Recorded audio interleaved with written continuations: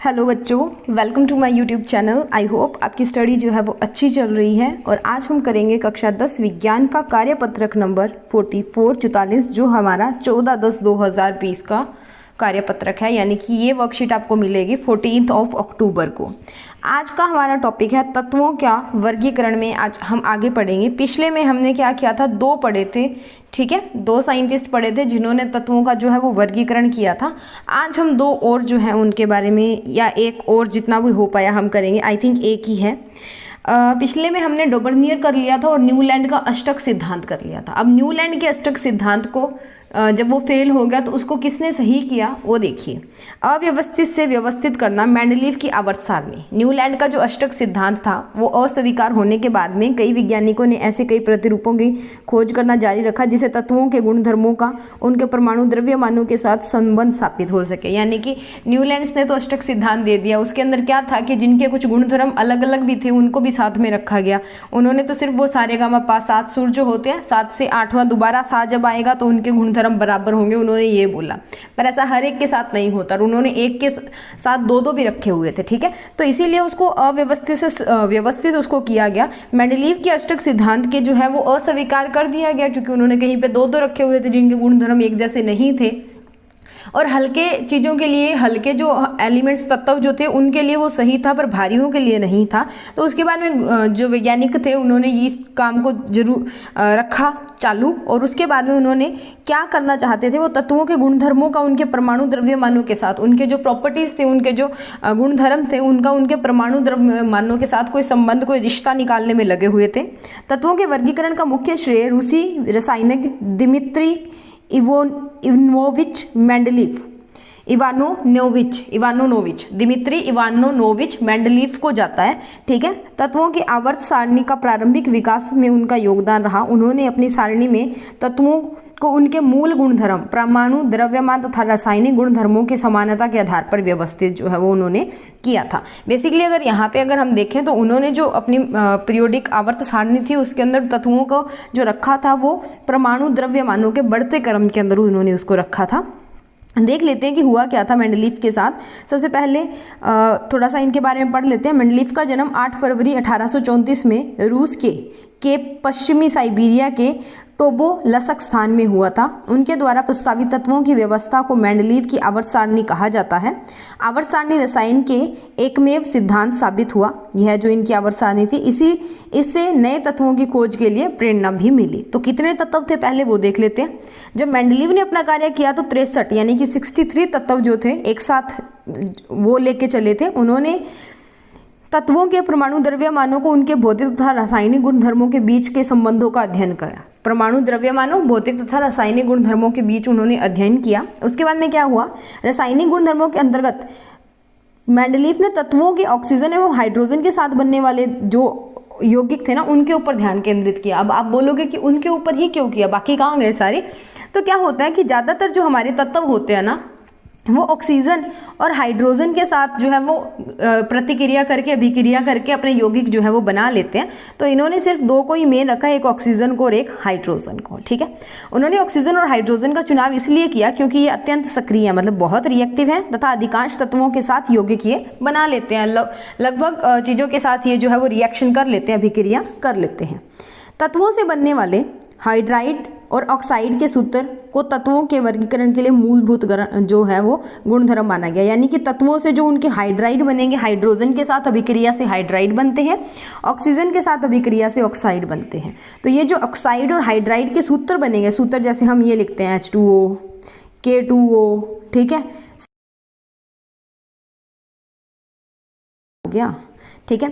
सो ये हम जो CO2 वगैरह लिखते हैं तो ये इनके बीच में कुछ जो इनका सूत्र होगा, ठीक है, वो तत्वों के वर्गीकरण के लिए मूलभूत गुणधर्म जो है वो माना जाता है।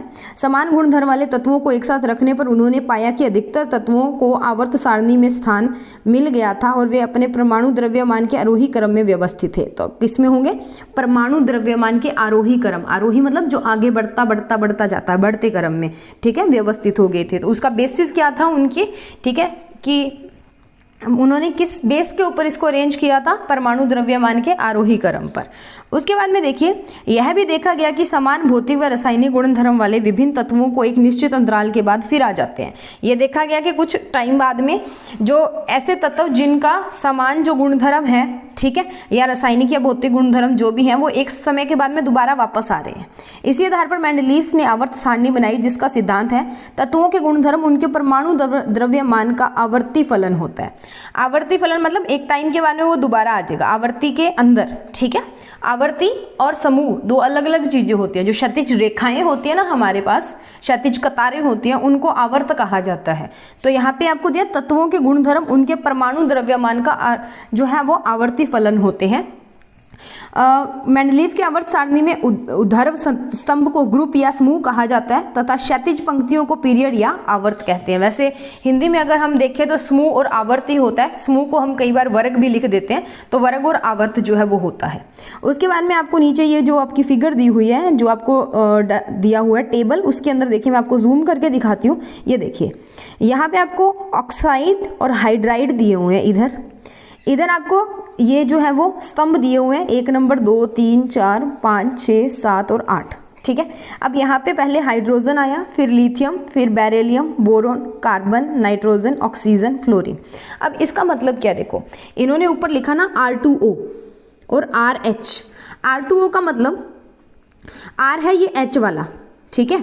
R कौन है? ये H वाला। तो हाइड्रोजन क्या है? या तो वो H2O बना सकता है, R2 है ना, तो R कौन है? यहाँ पे H है, ठीक है। तो R को अगर मैं यहाँ पे H इसका मान पुट कर देती हूँ तो पहला बनेगा H2 और दूसरा बनेगा H2।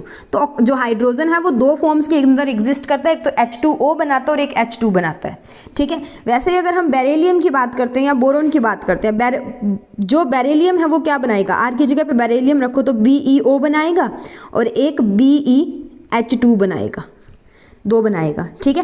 वैसे ही अगर मैं आपको एग्जांपल देके बताऊं, यहाँ से हम एल्युमिनियम को उठा लेते हैं। ये वाले एल्युमिनियम को अगर मैं यहाँ से उठा लूँ तो देखो यहाँ पे बन रहा है R2O3 और RH3। तो R2O3, R की जगह पे Al2O3, तो एल्युमिनियम का ऑक्साइड कैसे बनेगा? Al2O3 बनेगा, ठीक है।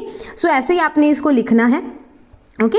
उसके बाद बात कर लेते हैं इसके कुछ प्रश्नों की जो हमें यहाँ पे दिए हुए हैं। एक एक करके हम उसको डिस्कस कर लेते हैं। टोटल 5 प्रश्न हमें दिए हुए हैं, देख लेते हैं और समझ लेते हैं कि इनके अंदर हमने क्या कुछ करना है। सो फटाफट से मूव करते हैं इनके सॉल्यूशंस पे। पहला क्वेश्चन देखिए बच्चे, मेंडलीफ की आवर्त सारणी का उपयोग कर निम्नलिखित तत्वों के ऑक्साइड के सूत्र का अनुमान लगाइए। तो K, Cl, Al, Si और Ba, यानी कि पोटाशियम, क्लोरीन, एल्युमिनियम, सिलिकॉन और बेरियम हमें दिए हुए हैं।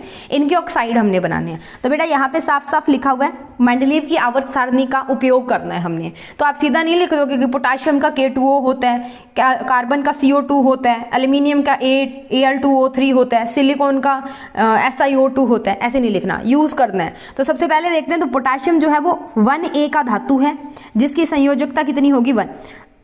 ये 1 है ना, 1A, तो संयोजकता भी कितनी होगी? 1। अब देखो, एक पोटाशियम की के पास एक इलेक्ट्रॉन है, धातु है तो मतलब वो इलेक्ट्रॉन दे सकता है। इसके पास एक इलेक्ट्रॉन है, पर हमारी ऑक्सीजन तो कहते हैं मुझे 2 दे। ऑक्सीजन को तो 2 चाहिए, उसको तो जब बाहर वाले में 6 हैं, 8 करने के लिए 2 चाहिए ना। और ऑक्सीजन एक नॉन मेटल है तो वो इलेक्ट्रॉन्स को लेता है, तो ये कहता है मेरे को 2 दे, ये बोल रहा है मेरे पास एक ही है। तो अब इसने क्या किया, अभी अपने दूसरे भाई को बुला लिया जो भी एक और देगा इसको, तो ये दोनों भाई मिलके K2 बन जाएंगे और साथ में ऑक्सीजन लिख जाएगा, ठीक है। अब कार्बन की बात करते हैं, तो ये देखो 4A में है, 4A में, तो संयोजकता कितनी होगी? 4। वैसे तो हम इसके बारे में पीछे भी पढ़ चुके हैं, कार्बन और उसके यौगिक में, और बाकी दोबारा देख लीजिए 4। तो यहाँ पे देखो, एक कार्बन के पास होते हैं 4 और एक ऑक्सीजन के पास होते हैं 2। एक कार्बन 4 दे सकता है, एक ऑक्सीजन 2 ले सकता है, पर कार्बन तो बोलता है कि मैं तो 4 के 4 दूंगा, ये नहीं है कि 2 तेरे को दे दूं, 2 कोई और आ रहा है उसको दे दूं, ठीक है। तो अब इसने ऑक्सीजन ने क्या किया, अपने आप को दुगना कर लिया। दुगना कर लिया तो 2 × 2 कितने हो गए? 4। तो यहाँ पे कितने ऑक्सीजन लग जाएंगे? 2, तो CO2। नेक्स्ट है एल्युमिनियम। एल्युमिनियम 3A का ग्रुप है, 3A का तत्व है, तो संयोजकता होगी 3। यहाँ पे 3 है, यहाँ पे भी 3 होगी। अब एक एल्युमिनियम 3 देता है, ये सबसे इंटरेस्टिंग है। देखो, एक एल्युमिनियम 3 दे सकता है, बट एक ऑक्सीजन तो 2 ही लेता है। एक एल्युमिनियम कहता मैं तो 3 दूंगा तुझे, ऑक्सीजन कहता मैं तो 2 ही लूंगा। अब एक बचा हुआ किसको दे? फिर क्या किया, ऑक्सीजन ने क्या किया, पिछले की तरह अपने आप को डबल कर लिया, तो 2 और 2 4 हो गए। अब एल्यूमिनियम कह रहा मैं तो 3 ही दूंगा तेरे को, तो ये कह रहा मेरे को 4 चाहिए। तो अब 4 में एल्यूमिनियम भी क्या करता है, अभी बोलता है चल मैं डबल करके देखता हूँ, डबल किया तो 6 हो गए। अब ऑक्सीजन कहती है मेरे को तो 4 ही चाहिए। अब एल्यूमिनियम कहता है नहीं नहीं मैंने तेरे लिए डबल किया, तेरे को लेना पड़ेगा। तो अब प्रॉब्लम होगी, तो अब इन्होंने अपने एक और भाई को बुला लिया और ऑक्सीजन हो गए 3। अब देखो 2 4 6 और 3 3 6, तो क्या बन गया Al2O3। नेक्स्ट वन सिलिकॉन की बात करते हैं, तो 4A का ग्रुप है, तो 4 का मतलब 4 संयोजकता होगी, 4 संयोजकता होगी तो मतलब सिलिकॉन O2, ठीक है, सिलिकॉन SiO2, 2 ऑक्सीजन लग जाएंगे ना, एक की 2 होती है, तो 2 2 4 हो गया, तो एक सिलिकॉन के साथ 2 ऑक्सीजन। अब बात करते हैं बेरियम की, वो है 2A का, तो 2 संयोजकता होगी, तो इसका मतलब BaO, ऑक्सीजन को 2 चाहिए, बेरियम 2 देने के लिए तैयार है, तो BaO बन गया। अब उसके बाद में है मेंडलीव द्वारा निर्मित आवर्त सारणी के नियम का आधार क्या है, तो वो है परमाणु भार। परमाणु भार के बेसिस के ऊपर, परमाणु भार के आधार के ऊपर जो है मेंडलीव ने जो अपने आवर्त सारणी है वो बनाई थी। उसके बाद में मेंडलीव ने अपनी आवर्त सारणी तैयार करने के लिए कौन से मापदंड को अपनाया। मेंडलीव ने अपनी आवर्त सारणी में तत्वों को उनके मूल गुणधर्म, परमाणु द्रव्यमान और रासायनिक गुणधर्मों के समानता के आधार पर व्यवस्थित किया। उन्होंने अपनी आवर्ती सारणी में अधिकांश तत्वों को उनके परमाणु द्रव्यमान के आरोही क्रम में व्यवस्थित किया। अभी बताया ना, परमाणु भार नहीं आएगा बच्चे, यहाँ पे परमाणु द्रव्यमान करो, भार नहीं, परमाणु द्रव्यमान कर लो यहाँ पे, ठीक है। भार अच्छा सा नहीं लग रहा, भार अलग वेट आ जाता है, एक मास होता है एक वेट होता है, तो ये द्रव्यमान है, परमाणु द्रव्यमान कर लो यहाँ पे, ठीक है। उसके बाद में है चौथा क्वेश्चन, मेंडलीव ने तत्वों को ऑक्सीजन और हाइड्रोजन के साथ बनने वाले यौगिकों पर अपना ध्यान केंद्रित क्यों किया। क्योंकि अधिकांश तत्व हाइड्रोजन और ऑक्सीजन के साथ संयोग कर यौगिक बनाते हैं। मेंडलीव ने तत्वों को हाइड्रोजन और ऑक्साइड के सूत्रों के तत्वों में वर्गीकरण करना मूलभूत गुणधर्म है जो वो माना, इसीलिए माना था क्योंकि अधिकांश तत्व जो है वो हाइड्रोजन और ऑक्सीजन के साथ संयोग कर यौगिक बनाते हैं। उसके बाद में वाक्य पूरा कीजिए। मेंडलीव की आवर्त सारणी में ऊर्ध्वाधर स्तंभ को क्या कहते हैं, या तो समूह कहते हैं या वर्ग कहते हैं, ठीक है। और क्षैतिज जो पंक्तियां होते हैं उनको आवर्त कहते हैं। तो पहले में समूह या वर्ग में से आप कुछ भी लिख सकते हो और सेकंड में आपका आएगा आवर्त। तो आपको आपकी स्क्रीन के ऊपर दिख रहा है क्वेश्चन नंबर 3, 4 और 5 का आंसर। उसके बाद में मैं आपको क्वेश्चन नंबर 2 और क्वेश्चन नंबर 1 का आंसर दिखा देती हूँ। यहाँ पे मेरे बच्चे आपने द्रव्यमान करना है, यहाँ पे क्या करोगे, द्रव्यमान करोगे, क्लियर।